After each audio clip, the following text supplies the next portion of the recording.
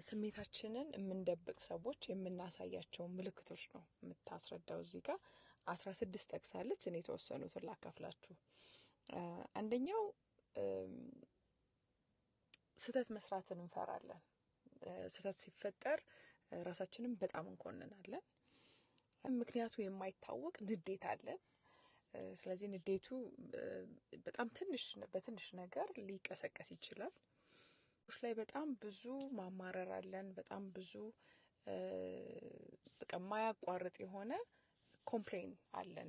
ኮምፕሌን እናደርጋለን። ውሳኔ ለመወሰን እንቸገራለን። በጣም እናስባለን ስለሆነ ጉዳይና ረጅም ጊዜ ይፈጅብናል ለመወሰን። ፕሮክራስቲኔት እናደርጋለን ማለት ስራን እያሻገርን ነገ እንላለን። የተሳካለት ሰው ስንመለከት ስህተቱ ላይ ይበልጥ እናተኩራለን። ልባችንን መክፈት በጣም ያስቸግረናል እያለች ትቀጥላለች እና ብዙ ነው።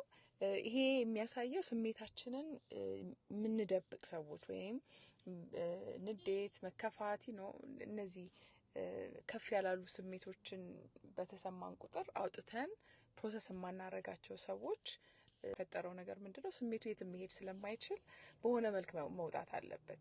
ያላየነው ስሜት እንዳለን ይነግረናል ማለት ነውና በራሱ ስህተት ነው ማለት አይደለም። ወይም እኛ መጥፎ ሰዎች ነን እያልን ሳይሆን የደበቅነው ስሜት አለ። አውጥተን ብንመለከተው ያው ለጤናችንም ለአካባቢያችንም ለህይወታችንም ይጠቅመናል ማለት ነውና እስቲ እነዚህን አስቧቸው። ሁላችንም በሆነ ጊዜ እኔም የራሴን እመለከታለሁ። አንዳንድ ጊዜ በቃ እስቲ ይሄን ነገር ባልፈው ብለን እንሄድና ግን በትክክል ያንን ስሜት በደንብ ስላልተመለከትነውና ፕሮሰስ አድርገነው ስላላለፈ በውስጣችን ሌላ አጋጣሚ ጠብቆ ሲወጣ እኔም አያለሁ። ስለዚህ እስቲ እነዚህን ምልክቶች ተመልከቷቸው።